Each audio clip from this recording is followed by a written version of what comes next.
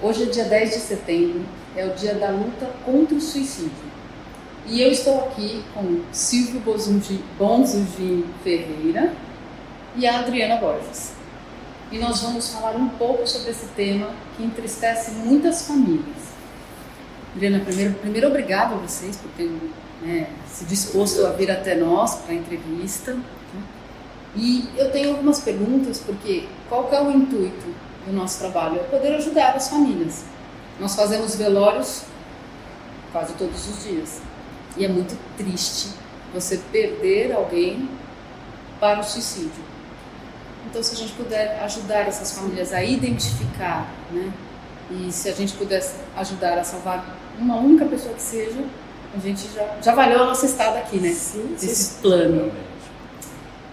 Então, a primeira pergunta que eu queria te fazer é o seguinte: podemos sempre associar o suicídio a desespero e depressão, ou podem existir outras causas? Então, na maioria das vezes, a pessoa, quando ela está com depressão, ela acaba cometendo suicídio, ou procurando, ou tentando, em primeiro lugar, porque ela quer matar uma dor. Não exatamente ela queira se matar. Então, a depressão seria o maior diagnóstico, porque apesar de a depressão ser algo muito grande, ainda não está sendo visto como gostaria. É lógico, se a gente for analisar, não acredito que seja só depressão, existem outras coisas por trás. Tudo depende da crença, a gente tem que entender o histórico de cada um. Mas o que a depressão faz com as pessoas? Ela não enxerga lá na frente. Enquanto ela não vê mais expectativa de movimento, de vida, ela quer matar aquela dor. Porque ninguém quer se sentir inútil, ninguém quer se sentir com dor, Então, a depressão seria uma delas, mas eu, particularmente, pelos casos que eu já atendi até hoje, eu acredito que sim, tem outras causas além disso. E, bom, se tem a ver com a depressão, então nem todas as pessoas depressivas vão chegar a cometer o suicídio. Mas já fica um alerta para as famílias que têm pessoas em tratamento da depressão. Observe. Já que a gente tem que observar, me diz uma coisa: tem como identificar com antecedência as tendências suicidas? Então, assim, quais são as características que a gente deve prestar atenção nos nossos filhos, nos nossos amigos, nos nossos parentes, que pode nos ajudar a identificar que ali pode caminhar para um possível suicídio? Eu penso que toda e qualquer alteração é possível a gente já começar a observar. Por quê? Você está acostumada com a pessoa e conhece ela tem uma rotina, ela tem um jeito de ser. Então, se ela começar a se esquivar de coisas que normalmente ela faz, eu acho que já é o primeiro alerta. Ou seja, saiu da rotina, por que está saindo? Gostava tanto de fazer, não está fazendo mais, já é um alerta. Busca isolamento, para de fazer as coisas que ela já estava acostumada a fazer. Então, tudo isso já começa a ser indício. Começa a omitir situações. Então, a gente percebe no primeiro momento, porque assim, depressão é um negócio muito amplo. Se a gente for analisar, existem 9 estágios pela psicologia, pela análise, Como eu não sou psicóloga, eu não posso nem eu mesma diagnosticar. Eu sei tratar, sei ajudar essas pessoas. Então, tem gente que fala assim: depressão é quando a pessoa não quer fazer nada. Não começa aí. Então, existem vários níveis a ponto de você investigar. Você vai perceber numa fala, você vai perceber até num desvio de olhar. Eu estou aqui conversando com você, você está acostumado a conversar com a pessoa e ela não está afim de encarar nem a outra pessoa, ela não quer encarar nem ela. Então, outras coisas também. Vaidade, às vezes a pessoa vai dar vaidosa e daqui a pouco ela não está se arrumando, então a pessoa, não. E ela vai tentar esquivar respostas, omissão. Vai encontrar desculpas para várias coisas que ela fala: não, é porque eu não quero. Então já acende um alerta aí. Eu acho que é bom já investigar a partir disso. E lógico, isso vai piorando e vai aumentando o quadro, mas qualquer mudança eu acho que já é para acender uma luzinha ali e observar. Alimentação também pode ser. É que eu falei, já entrou, veio na minha cabeça hábitos, Então vai mudar tudo. Todas as escolhas dela começam a mudar. Você acha que ela começa a parar de comer? Não se interessa mais em sair para ir em restaurantes, qualquer coisa tá bom, qualquer quantidade tá bom. Exatamente. Então já é indício. Já começa desde a comida, até o se arrumar, até escolhas, amizades, saídas. Eu acho que tudo isso é importante a gente olhar.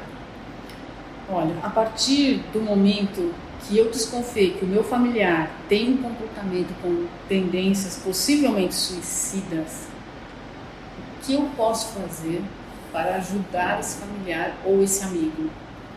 Quais são as atitudes que eu posso e que eu não posso, né? O que eu devo e o que eu não devo fazer nesses casos? A primeira coisa é chamar a atenção no sentido de fazer convites. Eu acho que é importante, né? Porque se a pessoa está tendo comportamento e ela sente um alerta, porque muitas vezes ela não quer se abrir, né? Para poder preocupar esse parente, né? Um pai, uma mãe, alguém próximo. Então, às vezes, perguntar de cara, não fazer, eu já diria isso. Percebendo o jeito da pessoa, né? Agora, o que fazer seria começar a trazer ela para coisas que ela fazia antes, e aí se perceber a insistência em recusar e não querer, aí sim pedir a ajuda de um profissional. Se ela já puder, já conversar com alguém, seria o ideal. Um profissional que entende o comportamento para poder falar. Se não, tentar fazer essas tentativas que eu te falei, de trazer ela para as coisas que ela fazia antes. Observar tudo e começar. E aí, olha, hoje eu preparei aquele prato na salão de comida, preparei aquele prato, a pessoa amava aquele prato. Então, se ela já recusar, não quiser comer, então já está confirmando ali o indício. Então, acredito que a gente pode ir por esses 2 pontos. Mas não falar abertamente logo de cara, dependendo do comportamento da pessoa. Então, eu acho que vai preocupar mais. Na minha opinião, preocupa mais. Tentar trazê-la para a rotina que ela gostava, estimulando a sair.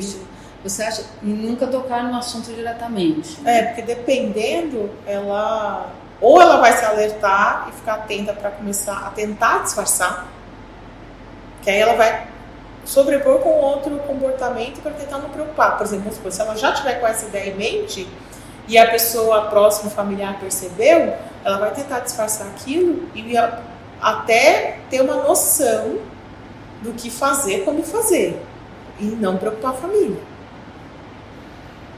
Existe algum outro método que a gente possa utilizar? Por exemplo, a pessoa que está com essas tendências, o ideal seria fazer uma terapia, se tratar, procurar ajuda médica, enfim. Mas é que eu tô falando isso para confirmar suspeitas, mas logo de cara, né, já buscar uma ajuda de um profissional.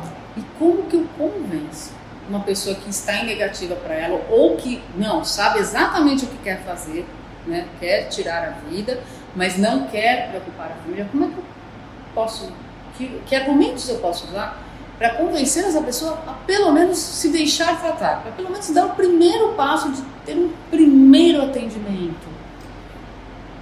Olha, eu vejo, pelo que eu trabalho hoje, o depoimento convence. O depoimento verdadeiro. De alguém que tentou e mudou de ideia. Contar uma história, né? Contar uma história para essa pessoa. Não falar que ela tá. Olha, sabe essa pessoa que você não conhece, mas eu conheço, aconteceu assim com ela tá ótima, né? Então, como eu mencionei, né, no caso de uma pessoa que tentou, a mãe ficou tão feliz que a mãe já veio se tratar, já viu que não estava tão bem, então ela já viu que tinha resultado. Não que ela tivesse com essa ideia, mas ela já veio vendo o resultado. Resultado convence, não só o depoimento. Então eu vou lá e comento algo sobre isso, falo, olha, eu estou pensando em o que você acha? Vou sempre jogar para ver qual que é a resposta daquela pessoa, se a gente perceber que tem resistência. Agora, se ela já for uma pessoa que é adepta, aí sim se abrir diretamente. Você gostaria de conversar com alguém, né? Gostaria de iniciar uma terapia, eu vou com você, se eu já quiser, eu entro, se não quiser, eu entro. Sim, e fazendo essas tentativas, mas sempre observando. Né? Tem por exemplo, tem adolescentes hoje que se cortam. Mas eu já ouvi dizer que não necessariamente aqueles que se cortam são aqueles que começam o suicídio, mas que pode ser um passo para cometer o suicídio ou não, que pode ser apenas uma forma de chamar a atenção. Como é que você explica isso um pouco, né? Então, já tratei alguns casos nesse sentido, né? conversando com o adolescente em si, foram adolescentes os mesmos casos.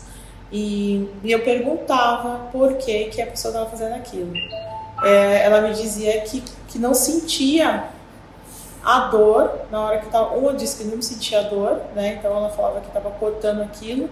Em nenhum momento foi achando que ia chamar atenção. Conscientemente não. A gente tem que entender que tem uma diferença entre o racional e o emocional.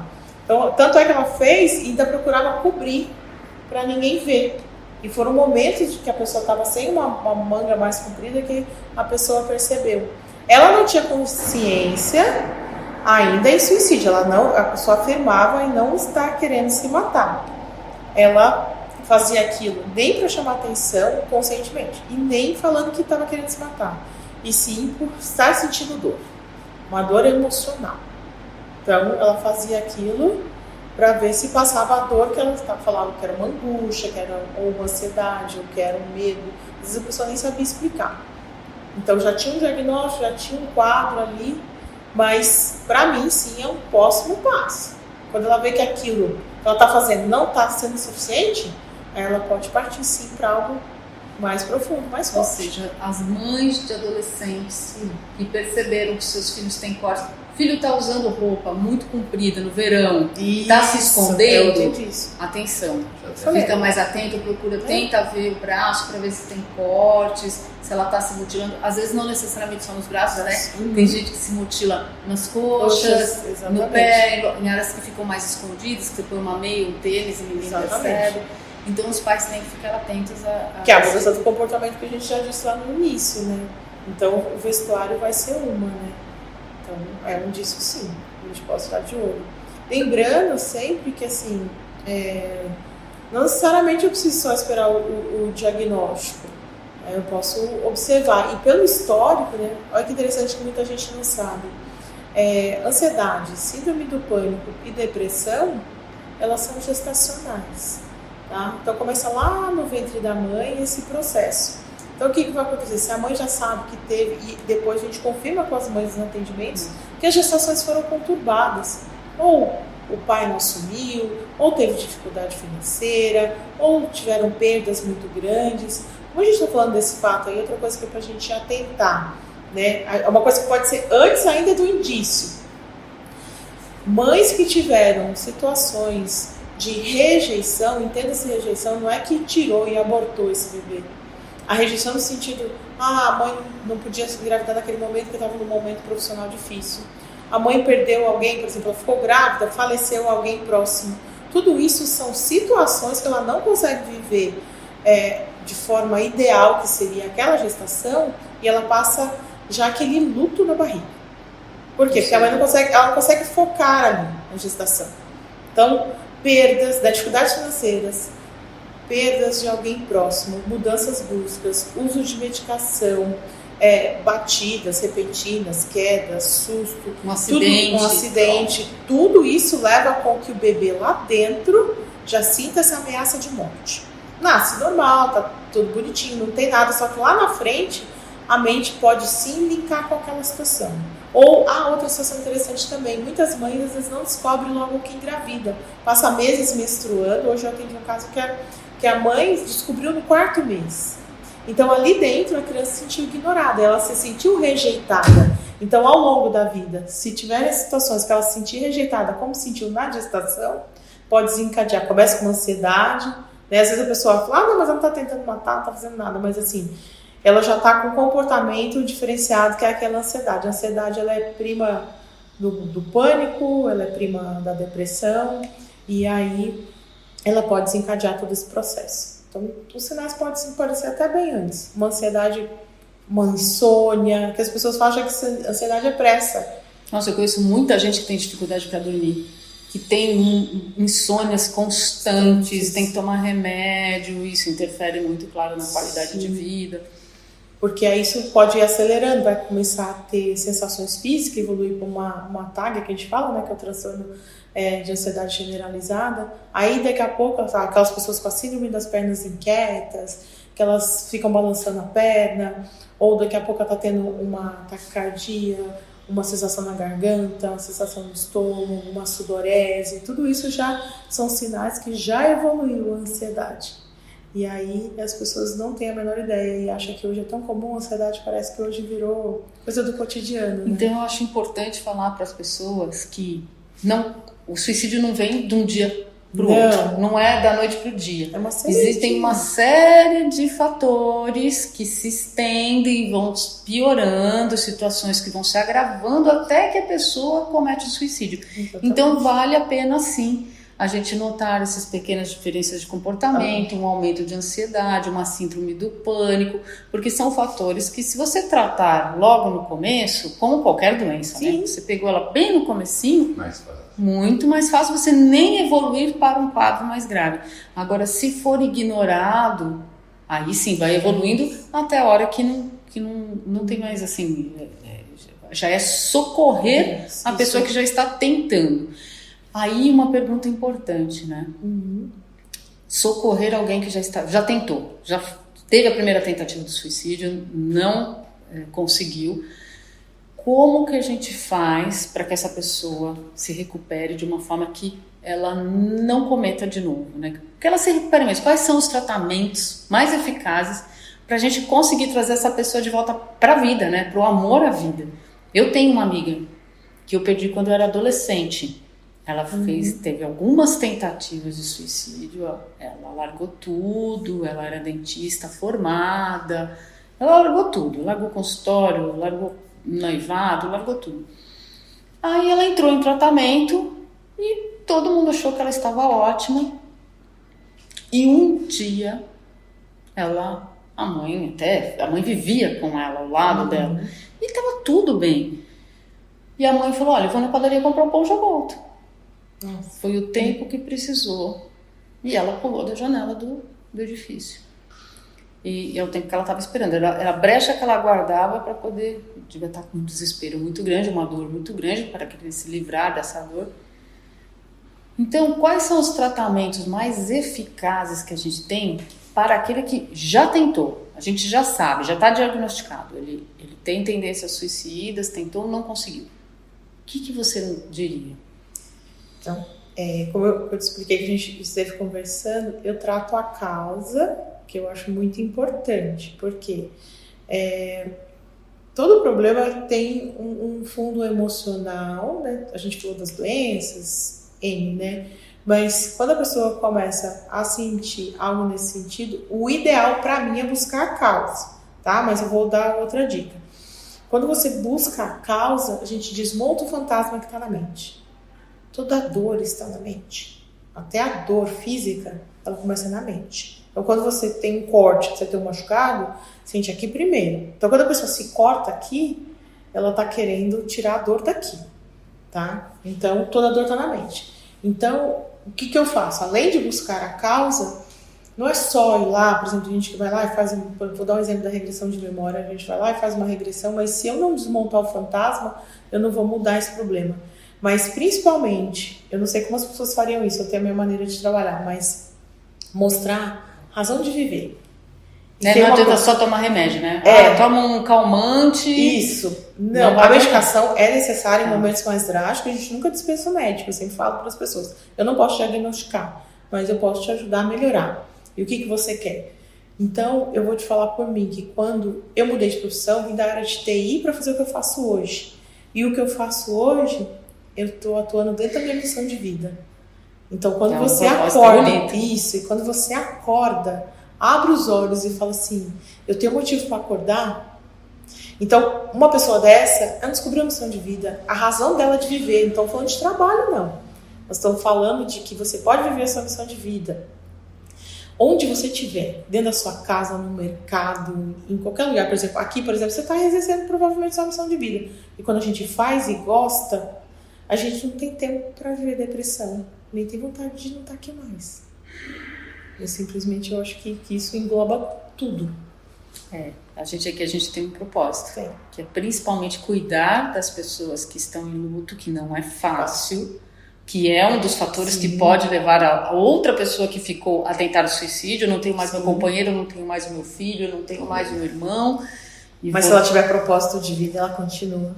E ela vai querer ajudar outras pessoas também. Encontrar o seu propósito é fundamental. Para mim é a razão de tudo. Eu nunca vi, assim, antigamente a gente escolhia uma profissão e você morria naquela profissão, né? Assim, não, se você escolheu, você se formou, você vai morrer fazendo aquilo. E o que eu mais tenho visto hoje são pessoas em transição de carreira. Isso. Eu sou um exemplo, você é outro exemplo, né? Eu sou arquiteta de formação, trabalhei sempre 20 anos com arquitetura, com obra, e hoje eu estou em transição de carreira porque eu falo, gente, ok, foi muito bom, mas já não faz tanto sentido. O que eu faço hoje me dá muito mais sentido, mais prazer, porque a gente está ajudando pessoas que precisam. Então, até um dos motivos, estava comentando, né, com o Silvio na vida, eu acabei de escrever um livro, chama Missão de Vida, Qual é a Sua? Onde eu conto a minha história, eu falo sobre todo o processo, a descoberta das doenças psicossomáticas, para fazer as pessoas refletirem, e hoje eu ajudo fazendo exercício para poder a pessoa identificar a missão dela de vida também, para ela ter propósito. E aí agora eu vou confessar uma coisa, se puder aqui. Quem nunca, eu também já tive vontade de não mais estar aqui, mas depois de descobrir a missão, aí eu entendo que não depende só de mim, que muitas outras pessoas dependem de mim. Muita gente, eu acho que em momentos de desespero pensou, nossa, seria mais fácil, né? Às vezes não passa nem na cabeça se matar. Vou concretizar, não. Mas às vezes passa assim, se eu tivesse morto eu estava sofrendo menos. Já é um pensamento de desistência, né? Já desisti. Mas foi antes de conhecer o propósito. O propósito muda tudo. Tá aí algo bom, então, principalmente para se fazer com qualquer pessoa, em qualquer idade. Sim. Mas assim, trazer essas pessoas que estão em depressão, que estão em sofrimento psíquico. Olha, vamos falar um pouco sobre propósito de vida? Porque tem pessoas, inclusive, que estão assim por pressão da sociedade. Né? Às vezes tem que fazer uma profissão que a família quer, mas ela não quer. Ou acha, eu queria muito isso, mas descobri que não quero mais, ou que eu não sou bom para isso. Aí fica muito chateado, porque queria fazer aquilo, mas descobriu que não nasceu para aquilo, né? E o que eu vou fazer agora? Investir tanto nisso? Vou fazer o quê? E não consegue ver saída, né? Nossa, você pode fazer o que você quiser, você pode ser o que você quiser. Por isso que eu falei, você falou de transição de carreira, por isso que eu falo missão. A missão não é o teu trabalho. É você ter motivo para acordar e viver sua vida. Então, porque ela é muito mais profundo. É muito mais profundo que só ter um propósito. É saber a razão de você viver. Aí é mais profundo. Por isso que eu falo para as pessoas, a sua missão você vive ela o tempo todo. A partir do momento que você descobre, ela faz sentido, é aquilo que eu falei. Você vai saber viver a tua missão de vida aqui, fazendo o que a gente está fazendo aqui, no bate-papo, no mercado, num templo, em qualquer lugar, na rua. Então, quando você descobre a sua missão de vida, não tem nada a ver com que o seu local dentro da sociedade, ou a sua imagem para as pessoas, tem nada a ver. Mas pode o papel que você está... Mas pode estar linkado ao trabalho. De repente, a minha missão de vida é salvar vidas. Aí você pode ser bombeiro, você pode ser médico, você pode ser policial, você pode ser... Mas acontece que a missão de vida, por exemplo, o policial, ele vai ter a essência do policial, ele estando com a farda ou não. É isso que eu tô falando. Sim. O bombeiro, ele vai ter a essência do bombeiro, ele tá no vestido ou não. É o que eu tô falando. A minha missão de vida calhou com o meu trabalho hoje. Mas não precisa exatamente estar exercendo aquilo. Até porque tem pessoas que trabalham em alguma coisa para ganhar seu sustento. Isso. E à tarde, à noite, elas vão fazer outra coisa que elas amam, que elas têm paixão, educar, ensinar. Porque tem professores, eu admiro os professores dos colégios públicos, né? Eles se esforçam muito. E muitos deles, com o que eles ganham, não dá para sustentar a casa. Então eles têm que ter um trabalho paralelo, sustento, ponto. Mas eles vão ensinar, não por causa do dinheiro, porque eles poderiam até ganhar mais dinheiro fazendo outra coisa, mas porque eles gostam de ensinar. Eles querem isso, eles tomam isso como uma missão. E são apaixonados. Eu tenho uma amiga que é assim, eu tenho uma amiga que trabalha no banco e leciona porque ama. Eu não quero abandonar meus alunos são tudo para mim. É uma das alegrias dela, ela vai feliz. Por isso que eu falei que é muito mais forte do que um trabalho em si. Às vezes eu conheço pessoas, o que você faz? Aí provoca uma curiosidade. Aí ela falou assim, desculpa, mas às vezes você não quer falar de trabalho. Eu falei, não, mas eu posso falar, porque é um prazer falar sobre isso. Então, surgiu uma outra questão aqui. Levar essas pessoas para serem voluntárias, para fazer trabalho voluntário, para ter o que a gente chama de choque de realidade, funciona? Ajuda. Mas se ela estiver dentro daquilo, estiver muito forte, dependendo do que tem ali, pode ser que ajude ou não. É lógico, você sempre vê alguém que está numa situação mais difícil que a sua, comove. Mas não é 100% garantido. Por isso que eu falei. Aí, a não ser que ela se encontre aquilo como missão ajudar. Aí sim ela pode, se for o propósito dela, ela pode ajudar. Todos os caminhos são válidos. São válidos. E cada caso é um caso, o ser humano é único. Você já parou para pensar? Então é uma coisa que as pessoas não acabam não observando. Quando eu falo às pessoas assim, já parou para pensar que não tem cópia sua, nem minha, nem do Silvio? Tem até parecido, mas desde que não tem DNA igual, não tem. E a valorização do ser único é extremamente importante. Porque a gente ouve muito assim, por exemplo, já que você tocou em carreira, aí vai lá, a pessoa quer se matar porque perdeu um emprego que ela amava, sei lá, alguma coisa assim. Era a minha única coisa que eu fazia, a minha paixão na vida. Mas se você parar a pensar que não existe cópia sua, que você é único, que você é exclusivo, que é especial e que você pode fazer muita falta para as outras pessoas, e não é só para as outras pessoas não, é você olhar no espelho e reconhecer isso. Quando a gente fala de autoestima, de amor próprio, nada a ver com a roupa que você veste, não. É você olhar para a tua essência e realmente amar aquilo que você é. Aí sim, esse também é outro ponto. Além da missão, a valorização da sua essência. Aceitação, né? Aceitação. Porque o que a gente vê muito hoje, assim, um modelo, um estereótipo, você tem que ser aquilo, porque senão você não é ideal, né? Então as pessoas vão em busca de algo que nem são elas. Não é a gente que tem que se encaixar, é a vida que tem que se encaixar dentro da gente, né? Mas com valorização de essência e buscar aquilo que realmente vai fazer, abrir os olhos, acordar e querer fazer, né? É muito mais profundo. É muito mais profundo. Tem mais alguma coisa, depois eu vou acabar editando esse vídeo, tinha alguma coisa, um link que eu ia pegar agora, mas como você falou isso, eu fiquei pensando nas pessoas que tentam se encaixar nos padrões. Sim. De beleza. Aí ela acha que tá magro, que tá gordo, que tá isso, que tá aquilo, que teu cabelo X, que teu cabelo Y. Não, é a vida que tem que encaixar pra ela, porque a gente não vai se encaixar onde?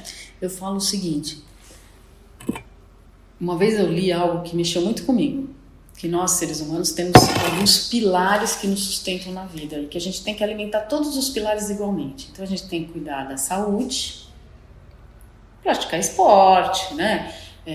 Cuidar da alimentação. A gente tem que cuidar do nosso lado espiritual, não pode abandonar o lado espiritual, né? Você tem que cuidar, leia livros. Quero frequentar um templo, não quero ir na igreja, quero rezar, quero orar, quero meditar, não importa. Cuide do seu lado espiritual. A gente tem que cuidar da educação, né? Da nossa formação, da nossa educação, o trabalho, a família. Posso dar uma os dica? Amigos. Pode, vai. Se a pessoa estiver em dúvida de como ela está vivendo, se ela está atendendo essas coisas na vida dela, é só colocar lá. Não é uma ferramenta que normalmente eu utilizo, mas eu indico as pessoas falar assim, como é que eu sei se está tudo ok? Se a pessoa quiser, quem está assistindo o vídeo agora, quero saber se está tudo bem. Será que eu tenho motivos para não estar aqui ou motivo para me trazer infelicidade? Né? Só colocar no Google, Roda da Vida.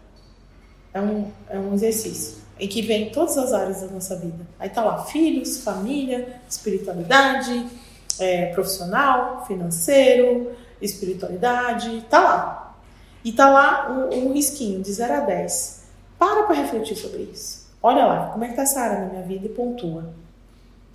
E se não tiver bom, tiver muito baixo, tiver zerado, o que eu posso fazer para melhorar? Começa a trabalhar por ali, né? O que mais que a vida pode me oferecer dentro disso? Você acha que essa roda da vida, os pais, os amigos, eles podem utilizar até como uma forma de brincadeira, uma forma lúdica para essas pessoas que eles estão desconfiando que estão em depressão, para falar assim, olha, faz esse jogo aqui. Ou faz uma brincadeira aqui comigo. E aí a própria pessoa, depois de fazer, pode olhar e falar, e até pra mim como mãe, por exemplo, olhar e falar, nossa, meu filho zerou aqui, ó, nisso aqui. Tem alguma coisa errada, é por aqui que eu vou começar. Então, se eu tô na dúvida, essa roda da vida já ajudaria a tirar essa dúvida. Excelente a tua ideia. Eu sempre falo pra pessoa se autoanalisar e fazer. Agora, você ajudar alguém nesse sentido, eu acredito que sim, pode ser um fiozinho da meada pra buscar o caminho. Não é? Pelo menos você fala, opa, identifiquei. Okay. Aí vou pro próximo passo. O que eu posso fazer para ajudar? Por exemplo, se ela zerar amigos... Alguma coisa muito errada tá ali. Exatamente. Principalmente para o adolescente. Sim. Né? Que não é normal. E uma das maiores dores dos adolescentes é não ser aceito, não ter amigos, né? Passar por quem passa normalmente por bullying, ver todos os outros como inimigos, né? Exatamente. E tudo começa muito lá. Entendeu porque eu te falei que começa na vida intrauterina? Então, se por algum momento essa mãe não vivenciou essa gestação como ela gostaria ou poderia, ela já gerou automaticamente uma rejeição desse bebê. Mas não é para culpar a mãe, é só para ela ter um entendimento. Não foi porque ela queria. Lembrar do sei, quero e posso, tá? Tudo que a gente vai exercer, eu tenho que me questionar. Será que eu estava consciente fazendo isso? Conjuga, sei, quero e posso. Tá. É para a mãe se culpar? Não. É para ela agora conversar, dá para fazer conversa mental, porque 90% da nossa comunicação é telepática. Uma das sugestões para a gente até complementar, que me veio isso agora, a mãe quer convencer o filho a fazer uma terapia. Mentalmente, conversa com esse filho, ainda mais que a mãe tem o elo mais forte. Trazer esse filho na mente dela e começar, fulano, ciclano, olha, eu te admiro, mamãe te ama por isso, mas melhor seria... E colocar aquilo lá, aceitar uma terapia, mudar tal coisa, aceitar X, e colocar nessas situações. Falar com o filho dormindo, falar ajuda. Existe uma técnica chamada hipnopedia, tá? Então, se a criança dorme primeiro, ir lá do ladinho dela e ir começando. Mas só que passando segurança primeiro. Filho, sabe que você é amado e querido pelo papai, pela mamãe, pelos nossos amigos, nossos familiares. Filho, enquanto você dorme, seu cérebro tem uma regrinha que a gente coloca, só que são 6 vezes, um tempinho depois, mais ou menos 1 hora depois que dormiu. Aí o que acontece? A gente está num estágio do sono onde a informação só entra, vai direto para o subconsciente. E o mínimo de 21 dias é o ideal. Fez essa informação, não dá para falar dormindo. Tá, então faz isso em qualquer outro momento, porque o nosso mental é muito forte. O que eu falei, 90% da nossa comunicação é telepática. Eu posso falar com qualquer pessoa em qualquer lugar do mundo, independente da distância física. Eu vou atingir essa pessoa através desse movimento, desse exercício. É muito poderoso. Porque principalmente para aqueles que estão em desespero de ver uma pessoa tão próxima, entendo que às vezes não dá para fazer, por exemplo, falar com um amigo dormindo não dá, porque ele está na casa dele e você está na sua. Mas para aqueles que estão muito próximos, isso seria bem interessante. Está longe, faz isso. Emana. Aí você fala, né? Elogia, passa confiança, fala o que você gostaria que melhorasse, imagina que essa pessoa aceita, tá? E termina de uma maneira carinhosa, abraça, beija, tal, e fala, eu me amo, eu amo fulano de tal, nos amamos, nos compreendemos, somos felizes. E tem muito resultado esse exercício. Isso é uma coisa que pode fazer. Se tiver dificuldade de chegar e verbalizar, porque dessa forma eu atinjo direto o subconsciente dessa pessoa e fica mais fácil de ser trabalhado. E se as pessoas soubessem como é importante investir em todos os pilares ao mesmo tempo, né? Num equilíbrio. Eu falo assim, eu faço uma comparação com a arquitetura. Eu falo assim, imagina uma casa. Eu posso construir uma casa em cima de um único pilar? Posso, tem muitos projetos assim. Você faz um pilar central gigantesco, você tem braços, e a casa se apoia nesses braços que ficam em torno desse pilar. Só que se o pilar ruir, o que acontece com a casa? Quanto menos pilares eu tiver, se um deles ruir, eu vou ter menos sustentação na casa. Agora, se eu tiver vários pilares, 7 é um número significativo. Uma casinha quadrada tem 4 lados. 7 pilares, puxa vida, se um ruir, todos os outros pilares vão me sustentar para que eu possa ter tempo de reconstruir aquele pilar que ruiu. E eu acho que essas pessoas, às vezes, é impressão minha, ou elas colocam muito foco em uma coisa só, esquecendo que tem todo o resto para ser trabalhado ao redor delas, que ela abandonou. achando que só tem uma saída. E você sabe por que isso acontece, né? Não. Porque a mente, ela tem mais facilidade de ver o negativo chama muito mais a atenção do que o positivo. Aí eu sempre brinco e dou um exemplo, você está andando na rua, né? Se você vê um acidente, ou se você vê uma pessoa oferecendo abraços grátis, para onde você vai olhar? Normalmente o acidente vai chamar mais atenção, né? Então, justamente, quando a gente citou e comentou aqui da roda da vida, que é um exercício que a pessoa pode fazer, ela começar a enxergar e ver, por exemplo, de repente tem de 10 setores, 5 são muito bons, e tá uma numeração, né, uma pontuação muito alta, e aquilo pode fazer com que ajude ela a tirar o foco do negativo, né? Mostrar isso pra ela, porque às vezes ela não está percebendo, mas depois do exercício ela começa a ver, puxa, é verdade, ó, aqui tá bom, aqui tá bacana, tal. É que quando a pessoa tá mal, ela só enxergador, por isso que tem que ajudar a ter esse outro olhar. É verdade que o ser humano tem mesmo essa tendência de ser negativista? Tem. O negativo vem a todo momento na nossa vida e a gente tem que trabalhar ao contrário, né? Tem gente que usa meditação diária para tirar a negatividade da mente, né? Às vezes você se propõe a fazer uma coisa e fala assim, não vai dar certo, não vai dar... E se der errado? E se não sei o quê? E se eu não conseguir? Dificilmente fala assim, nossa, eu vou conseguir, ainda vou conseguir isso, ainda vou lograr aquilo, ainda vou... Não, faz ao contrário, né? Ela esquece de agradecer o que tem. Né? E fica só pensando nas coisas que podem dar errado para se preparar para o que pode dar errado. E não faz o exercício ao contrário. Se der certo, o que eu vou fazer, para onde eu vou, o que eu vou comprar, o que eu vou ampliar. Eu tenho 2 coisas que eu vejo que fazem com o ser humano ter uma tendência. Não estou falando que eu tenha razão, mas que eu percebo muito. Uma das coisas que eu vi na pós-graduação, vejo 70% do nosso corpo é água. E aí o que vai acontecer? A água corre para onde mais fácil? Para baixo. Isso é um dos motivos. O outro motivo é porque a gente ouve tanto não, né? Porque assim, o pai e a mãe querem educar. Eu falo que tudo é pai e mãe, né? Eles fazem com a melhor intenção possível, porque eles querem proteger. Mas vai fazer isso. Não, menino. Não. E aí, que hora que é o sim? E a gente esquece de pedir. Isso não sei se aconteceu com você quando a gente foi pequeno. Se o meu pai pode falar, tá melhor. Quantas vezes você falou não pra sua filha? Não foi por mal. Foi para ela aprender a hora de pedir, a hora de fazer. Então você vai no mercado com o pai e com a mãe. Não pode pedir, não pode fazer isso. E aí a gente esquece, peça e receberás. Essa que é a grande sacada. Só que a gente tem vergonha de pedir. E aí é lógico, ela ouviu tanto não, que hora que é o sim? Então, por fica isso com vergonha, fala, vou ouvir outro não, é melhor nem pedir, né? Vou passar vergonha, só vou passar vergonha na vida. E quem não arrisca, não petisca. E aí a gente fica com vergonha de ir lá, ligar, perguntar, bater na porta, pedir ajuda, tal. E é verdade, às vezes você vai receber um monte de não mesmo, mas se você não insistir, o sim nunca virá.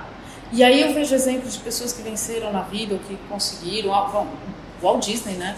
Eu assisti o filme do Walt Disney e a história de vida dele é impressionante. E ele não desistiu. E ouviu não, e quebrou. Não 1, 2 vezes, né? A gente tem inúmeros, né? Foi morar conheci o Mickey Mouse, a história do ratinho que morava com ele nas ruas, né? Muito bom. Ele teve que chegar nesse ponto para encontrar o Mickey Mouse da vida dele, né? Que é transformar toda a história de vida do Walt Disney. Mas ele nunca desistiu, mesmo ouvindo não. Ele falou, não, vai em busca de sim. Se a gente tivesse desistido, a gente não teria. Mas eu entendo que para algumas pessoas isso fica tão arraigado que fica difícil externar isso, né? Falar, pessoas mais conformistas, né? Não é pra mim, eu não vou conseguir mesmo, deixa pra lá. Ela se sente merecedora, né? Então ela vai deixando, né? Por isso que as pessoas acham que, ainda bem que melhorou, né? Terapia não é coisa pra quem tá doente, que é maluco e tal. Não. Eu até estava conversando com o Silvio agora na vida, eu estou oferecendo um grupo terapêutico para fazer encontros mensais, para elas trabalharem sem precisar até se expor, sabe? Hoje nós vamos tratar isso hoje. Não precisa falar, para ajudar, né? Então eu estou fazendo esses grupos até pelo menos 1 ou 2 vezes por mês gratuitos, porque a gente nunca sabe. A pessoa veio e fez terapia comigo, depois sumiu. Espero que ela esteja bem, mas se ela não tiver. Então quando a gente vê, porque é a mesma coisa, você deixa a torneira pingando e a tampinha está fechada, vai pingar. E uma hora o que isso vai acontecer? Vai transbordar. Então para as pessoas não chegarem nesse nível, né? Então, se a gente tiver acessibilidade, né, ir atrás, por isso que eu sempre falo da roda da vida, onde pode começar. Sabe que eu preciso de terapia? Vamos lá, não deixa eu transbordar não, talvez pode ser tarde demais, para que a gente possa resolver antes. É verdade. Puxa, eu quero agradecer muito a presença de vocês, e para vocês que tiverem pessoas próximas, um marido, um irmão, um filho, qualquer parente ou um amigo, vocês podem praticar todas essas dicas que foram dadas aqui hoje e procurarem ajuda. Eu vou deixar aqui embaixo o link para vocês conversarem com a Adriana, para conversarem com o Silvio, tirem suas dúvidas, eu tenho certeza que eles vão responder vocês, porque toda vida importa. Obrigada. Obrigado. A gente que agradece.